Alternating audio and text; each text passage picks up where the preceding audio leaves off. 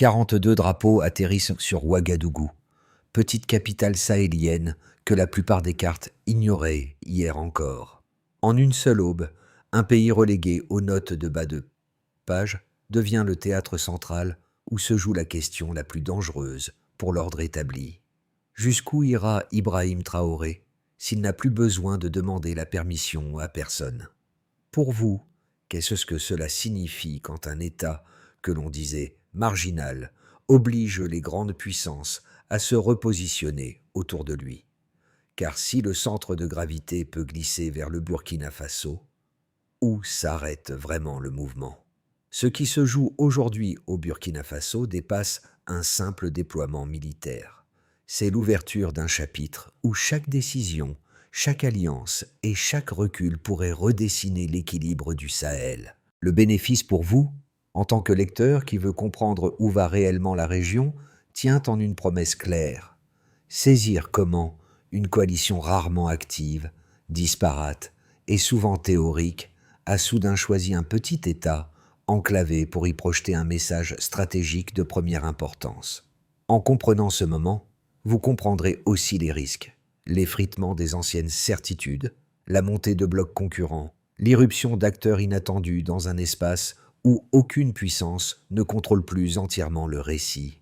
Ces enjeux sont déjà visibles dans les signes que beaucoup n'ont pas remarqués. Les appels d'urgence à Paris, les débats improvisés à Bruxelles, les notes internes fuyantes à Washington. Des signaux faibles qui convergent vers un même point d'inflexion. Et si ce point d'inflexion se confirmait, alors le Sahel ne serait plus analysé à travers les vieilles lunettes de la lutte antiterroriste, mais comme un espace où se forge un nouvel ordre africain. Une question reste en suspens. Jusqu'où cela peut-il aller? Deux révélations se sont imposées dès les premières heures. D'abord, le déploiement de la coalition n'a pas été improvisé. Ensuite, un élément quantifiable a tout déclenché. L'alignement simultané de 42 contingents sous un seul protocole opérationnel, un fait inédit dans l'histoire récente du Sahel. Ces deux signaux, posés côte à côte, ont marqué un basculement que les chancelleries occidentales n'avaient ni anticipé ni correctement interprété. Le cadre général se dessinait pourtant depuis des mois. Un Burkina Faso déterminé à reprendre le contrôle de son espace politique. Un désengagement progressif des forces étrangères classiques et une montée de revendications populaires exigeant que l'État cesse d'être un théâtre d'expérimentation stratégique pour d'autres puissances. Dans cette dynamique, la figure d'Ibrahim Traoré est devenue un point d'agrégation, non pas par culte de personnalité, mais parce qu'il incarne, pour une partie du pays, la rupture avec les protocoles hérités des décennies passées. En arrière-plan, une série de facteurs s'est imbriquée. L'érosion des mécanismes traditionnels de sécurité régionale, la multiplication des acteurs privés, les hésitations institutionnelles de l'Europe et la fatigue stratégique des États-Unis face à plusieurs fronts simultanés. Ces éléments ont créé un espace vide que de nouveaux partenaires ont cherché à occuper. La coalition IMCTC, jusque-là limitée à des gesticulations diplomatiques, a vu dans le Burkina un terrain où tester une autre manière d'exister. Non plus comme bras armé ponctuel, mais comme instrument géopolitique capable de projeter une vision alternative du rôle des puissances musulmanes dans le Sahel. Ce déplacement d'intention explique la rapidité de leur mobilisation. En parallèle, le contexte social s'est densifié. Rues mobilisées, jeunes générations numérisées, discours nationalistes et souverainistes circulant bien plus vite que les communiqués officiels. Ce tissu changeant a conféré aux événements une portée qui dépasse largement l'échelle nationale. Ainsi, le déploiement n'est pas un épisode isolé, mais le résultat d'une chaîne causale étroitement imbriquée, où alliance, perception, vulnérabilité et opportunité se sont superposées jusqu'à former la situation actuelle. Dans ce paysage en recomposition rapide, un fil conducteur s'impose. Analyser les premiers effets visibles à travers ceux qui se trouvent au contact direct des événements. Les officiers intermédiaires, les unités logistiques et les civils engagés dans les dispositifs de coordination ont été les premiers à ressentir la modification de l'équilibre. Leur perception offre une lecture plus fine que les déclarations officielles, souvent trop lisses. Ces retours fragmentés dessinent pourtant une tendance claire. La présence de la coalition n'a pas été perçue comme une intrusion, mais comme un moment où le pays teste sa capacité à tenir sa propre ligne. Pour comprendre la suite, il faut donc suivre ces signaux modestes, car ce sont eux qui indiquent où la dynamique réelle se joue. Avant l'aube, tout semblait encore tenir. Une capitale calme, une routine fragile, un pays habitué aux transitions brusques, mais pas à un séisme. Puis les premières ombres sont arrivées. Elles n'étaient pas furtives. Elles étaient massives. Et soudain, le « avant » bascula dans un « après » irréversible. Le déclencheur fut net. Le rugissement des moteurs soudiens déchira le ciel de Ouagadougou. Les C-130 descendirent en ligne serrée. Aucun signe d'hésitation, aucune communication publique préalable. Les équipes locales virent les pistes se remplir en minutes. Elles comprirent que quelque chose d'inhabituel se jouait. La cadence s'accéléra. Les troupes de 42 nations sortirent des appareils en formation ordonnée. Pas de drapeau de conquête, pas de geste triomphant. Un mouvement calme, précis, calibré. Un alignement presque rituel. Les insignes différaient, mais les pas restaient synchronisés. C'est là que le point de bascule se produisit. L'IMCTC, longtemps considéré comme un concept abstrait, devint un acteur physique. Un bloc cohérent sur le sol sahélien. Ce n'était plus une alliance sur papier. C'était une présence réelle, assumée, révélée au grand jour. Et cette réalité changea immédiatement la perception internationale. Dans les chancelleries étrangères, les lignes téléphoniques se mirent à vibrer. Paris s'étonna, Bruxelles réagit, Washington chercha des explications. Les analystes tentèrent de recoller les pièces. Aucun scénario anticipé ne correspondait. Et derrière les questions, une inquiétude monta. Pourquoi ici? Pourquoi maintenant? Pourquoi autour d'Ibrahim Traoré? Au sol, la situation évoluait encore. Les rues se remplirent de monde. Les curieux observaient la formation inhabituelle des soldats. Les enfants saluaient. Les commerçants circulaient avec prudence. Aucun signe de panique. Plutôt une vigilance active, une volonté de comprendre, avant de juger. Le sommet de l'événement se matérialisa quand les troupes se regroupèrent en un seul bloc, sous un seul drapeau. Ni celui de Riyad, ni celui d'Islamabad, ni celui des puissances extérieures habituellement dominantes. Au centre, seul flottait le rouge-vert-or du Burkina Faso. Le symbole fit l'effet d'une onde de choc. Les caméras tournèrent en hostie. Les images se diffusèrent en quelques minutes. Les réseaux sociaux s'enflammèrent. Les observateurs y virent un message implicite. Aucune puissance ne dirigeait la scène. Le pays hôte tenait la ligne. La coalition n'était pas venue pour absorber, mais pour accompagner. Vint ensuite la phase de retombée. Dans la région, les réactions se multiplièrent. Au Nigeria, où des groupes militants questionnèrent leur propre gouvernement. Au Mali, les discours souverainistes gagnèrent de nouvelles nuances. Au Tchad, certains soldats se demandèrent quand leur pays ferait un choix similaire. Les répercussions dépassèrent immédiatement le cadre national. À l'intérieur du Burkina Faso, le choc initial se prolongea. Les institutions tentèrent d'articuler une réponse cohérente. Les partisans d'une ligne souverainiste virent dans cet instant une validation. Les sceptiques, eux, cherchèrent à comprendre les coûts et risques réels. La société entra dans une phase d'interrogation collective. C'est dans ce climat que les premiers signes de tension interne émergèrent. Des réseaux de désinformation s'activèrent ainsi. Des messages anonymes circulèrent. Des soupçons de sabotage apparurent autour de dispositifs clés. Rien de massif, rien d'avoué, mais suffisamment pour signaler qu'un autre front existait. Un front discret, un front intérieur. Et au centre de la tempête, Ibrahim Traoré demeurait un repère, pas par omniprésence, par nécessité. Sa position symbolique liait les perceptions internes et externes. Il devenait l'axe autour duquel les événements s'organisaient volontairement ou non. Le glissement mesurable apparaît dès le premier indicateur, le nombre de 42 contingents déployés simultanément, un sommet inédit pour une coalition jusque-là cantonnée à des déclarations. Cette valeur marque un avant, où l'IMCTC n'existait que dans les communiqués, et un après, où elle devient un acteur réel dans un espace que beaucoup jugeaient déjà saturé. Ce chiffre repositionne toute la scène stratégique en un seul mouvement coordonné. Un deuxième repère chiffré s'impose. La séquence d'atterrissage condensée en quelques minutes, rythme inhabituel pour une opération multinationale de cette ampleur. Là où une coalition classique aurait requis une fenêtre large et segmentée, la cadence serrée a produit un effet psychologique immédiat sur les observateurs locaux. Ce timing resserré démontre une discipline d'exécution rarement observée dans la région.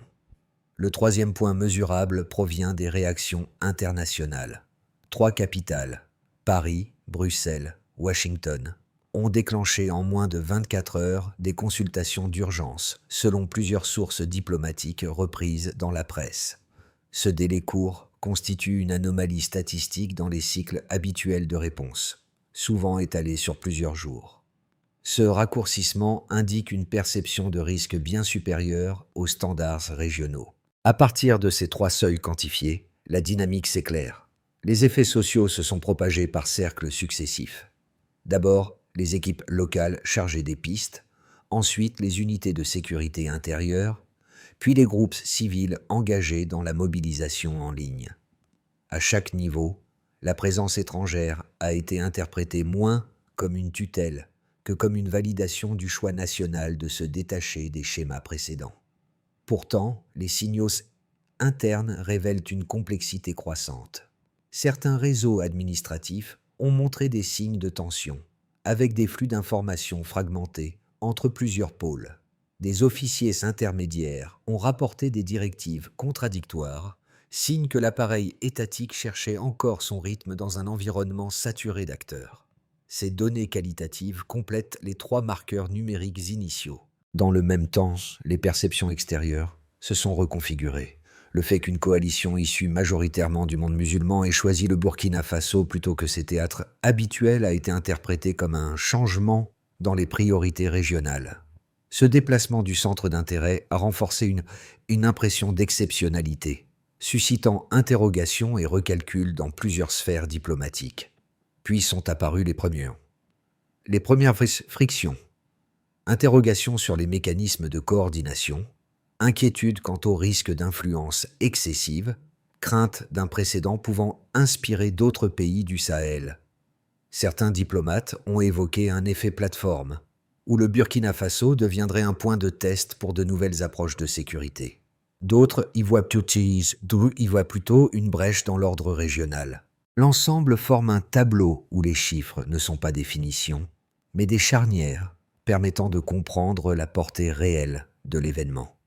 Il montre que la situation n'est ni spontanée ni ponctuelle. Elle répond à une logique d'accumulation, où chaque palier mesurable consolide une séquence plus large. 2 lectures opposées s'affrontent désormais autour de ce déploiement inédit, chacune disposant d'arguments structurés qu'il convient d'examiner avec rigueur avant d'en tirer un jugement.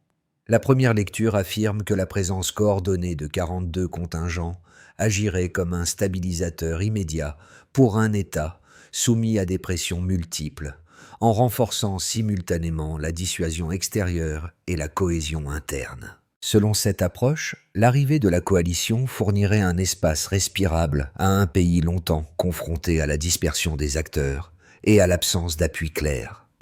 La seconde lecture, plus sceptique, avance que toute mobilisation massive venue de l'extérieur transporterait inévitablement des risques d'ingérence, même sans intention déclarée.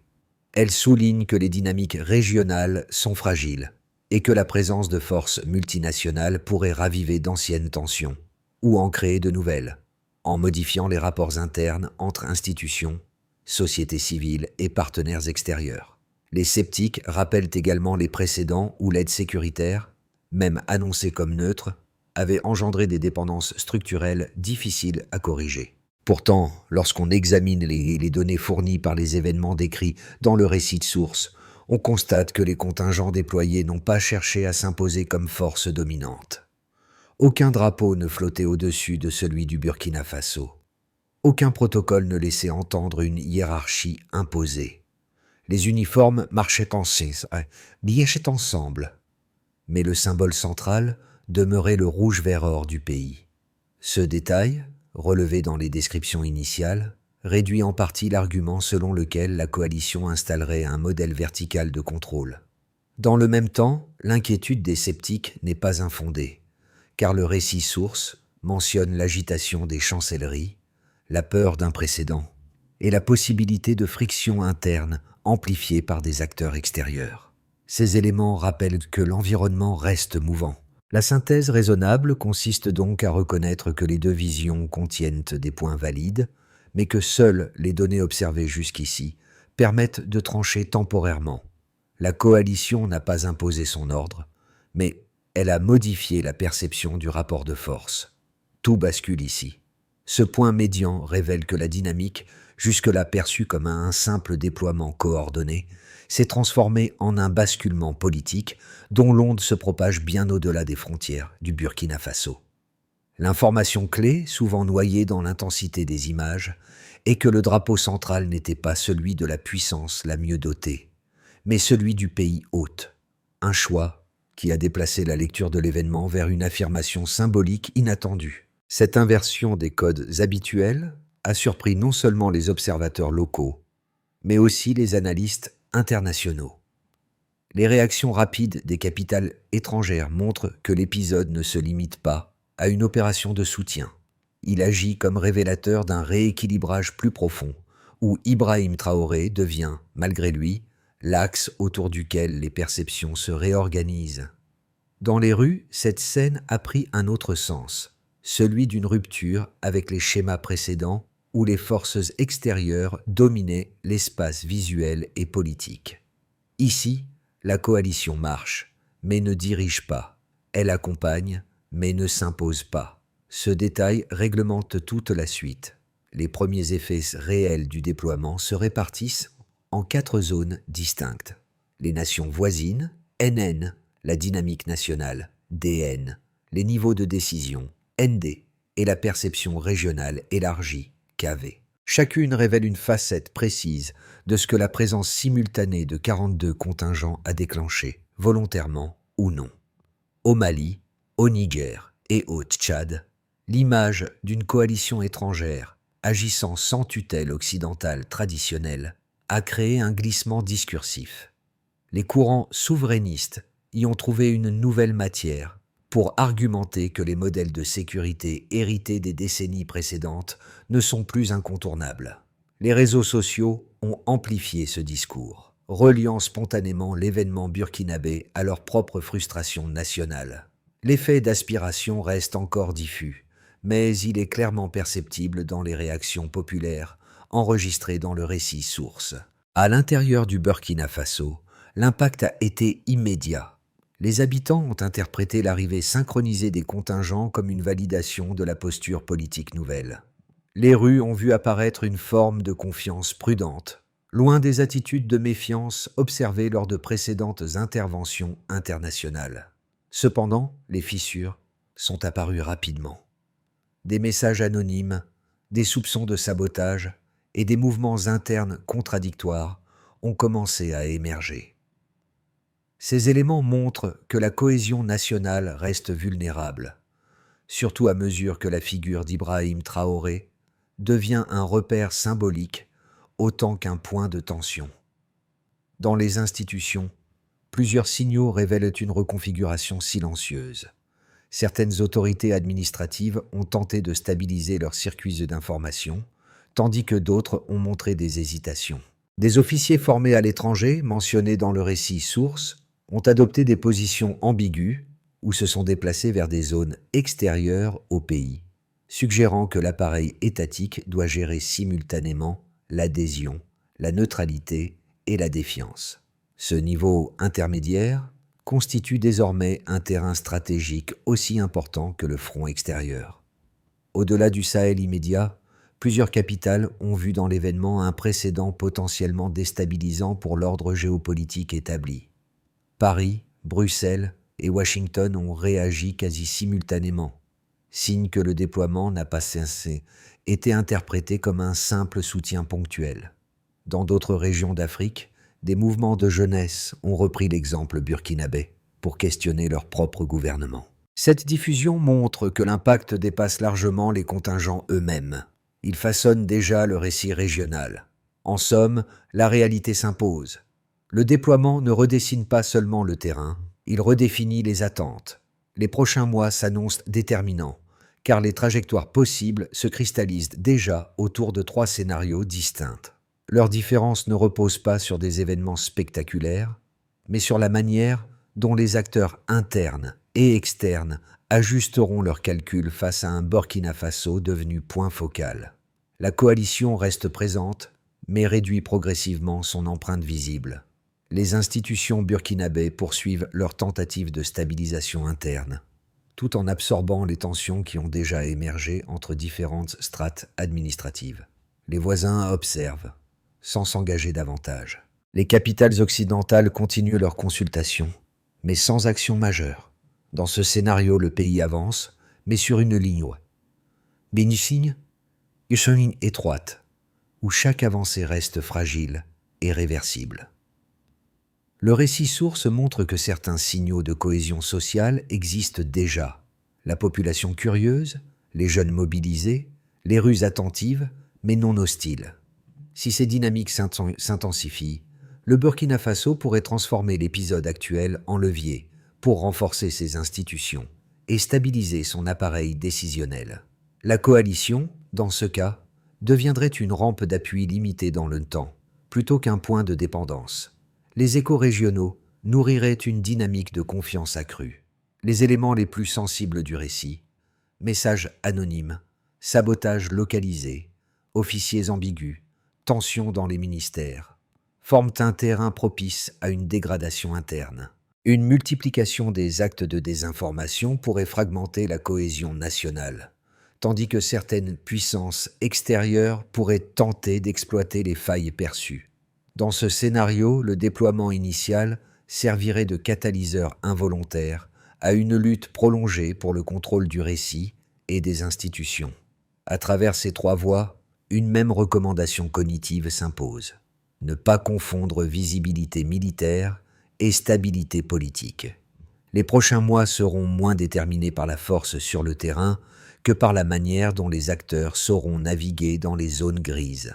Au-delà des analyses géopolitiques et des manœuvres d'État, cet épisode touche directement celles et ceux qui observent les mutations du Sahel avec un mélange d'espoir, d'inquiétude et de curiosité. Car ce qui s'est joué à Ouagadougou n'est pas seulement un déploiement militaire, c'est un signal adressé à toutes les sociétés qui s'interrogent sur leur propre souveraineté, sur la place de leur jeunesse et sur la manière dont les alliances façonnent leur avenir. Pour les communautés africaines vivant au cœur ou en marge des zones sahéliennes, l'événement rappelle à quel point les récits officiels peuvent évoluer rapidement. Il souligne également que la perception d'un pays peut changer du jour au lendemain, non pas à travers les discours institutionnels, mais au contact direct d'images, de symboles et de décisions inhabituelles. Cela provoque souvent un réajustement intime. Que signifie être spectateur d'un basculement dont personne n'avait anticipé l'échelle? Pour les publics plus éloignés, l'épisode agit comme un révélateur. Il montre la complexité des équilibres régionaux, mais aussi la diversité des réactions populaires, les applaudissements, les doutes, les interrogations, les inquiétudes. Autant de strates émotionnelles qui coexistent dans un même pays. Cette pluralité rappelle qu'aucune lecture simple ne peut résumer la situation. Face à cela, 2 suggestions légères émergent. Adopter une posture de vigilance informée, en suivant les évolutions non seulement via les grandes annonces, mais aussi via les signaux faibles provenant du terrain. Prendre du recul sur les interprétations rapides, car les récits de crise gagnent en clarté lorsqu'on observe la manière dont la population réagit réellement. Ainsi, Le lecteur n'est plus seulement témoin, il devient un observateur actif, capable d'évaluer les nuances au-delà des apparences. Pour envisager une trajectoire viable dans les mois qui viennent, il est nécessaire d'identifier un ensemble de mesures concrètes, structurées et suffisamment flexibles pour s'adapter à un environnement où les pressions intérieures et extérieures coexistent. Le récit source montre que le Burkina Faso évolue dans une zone où les perceptions, les alliances et les risques se superposent. Une feuille de route claire peut réduire ces frictions. Les épisodes mentionnés, messages anonymes, directives contradictoires, soupçons de sabotage, indiquent que la cohérence institutionnelle doit être prioritaire. Créer un canal unique, vérifié et traçable pour les communications sensibles réduirait la vulnérabilité aux manipulations internes. Le récit montre que la présence des 42 contingences est perçue comme un soutien, non comme une tutelle. Transformer cette perception en structure officielle, règles d'engagement, durée, périmètre, garantirait que le partenariat reste aligné sur les priorités nationales. Les réactions populaires, notamment la mobilisation de la jeunesse, représentent un capital social précieux. En intégrant ces relais dans des dispositifs locaux de veille ou de sensibilisation, le pays consoliderait une base dynamique et résiliente face aux tensions. Les officiers et administrateurs en position moyenne sont les plus exposés aux pressions étrangères ou internes. Des mécanismes de suivi, de formation et de transparence seraient nécessaires pour réduire les risques de fragmentation. La position symbolique d'Ibrahim Traoré attire soutien et critique. Définir un cadre décisionnel clair autour de lui limiterait les interprétations contradictoires et renforcerait la lisibilité politique. En somme, une stratégie lisible vaut parfois plus qu'une stratégie parfaite. Au moment où les projecteurs s'éteignent et où le tumulte des analyses laisse place à un silence plus dense, une image revient, discrète mais tenace. Celle des équipes locales à l'aéroport, décrite plus tôt, absorbant sans rupture l'arrivée synchronisée des appareils. Cette scène, modeste en apparence, devient un motif central, celui d'un pays qui, malgré ses failles, a montré une capacité à accueillir l'imprévu sans s'effondrer. Dans cette image, on retrouve la même ligne fragile qui traverse tout le récit source, un équilibre entre détermination et incertitude, entre volonté nationale et pression extérieure. C'est aussi dans cette ligne que se situe Ibrahim Traoré, non pas comme héros ou sauveur, mais comme point de convergence d'espoir et de tension que personne ne peut ignorer. Les rues de Ouagadougou, les regards des jeunes, les hésitations des officiers, les murmures des capitales étrangères, tout cela compose un cadre où le pays avance par fragments, parfois avec assurance, parfois avec crainte, mais toujours avec une forme de lucidité nouvelle. Et au cœur de cette traversée, une vérité simple se détache. La stabilité naît d'un courage ordinaire, dans un moment où les récits concurrents se superposent et où chaque acteur tente de modeler la lecture des événements à son avantage, il reste un espace où la parole individuelle peut encore porter. Le Burkina Faso n'est pas seulement devenu un point d'attention géopolitique, il est aussi devenu un miroir où l'on voit se refléter les aspirations, les doutes et les revendications d'une génération qui refuse d'être spectatrice. C'est pourquoi la suite ne dépend pas uniquement des alliances, des contingents ou des calculs des capitales étrangères. Elle dépend aussi de ceux qui observent, qui analysent, qui partagent, non pour amplifier le bruit, mais pour nourrir une conversation plus juste sur ce que signifie réellement la souveraineté au XXIe siècle. Soutenir cette conversation, c'est accorder de l'importance aux nuances, aux voix locales, aux signaux faibles que les grands récits omettent souvent. C'est reconnaître que les mouvements les plus durables naissent rarement des coups d'éclat, mais des engagements lucides, même modestes,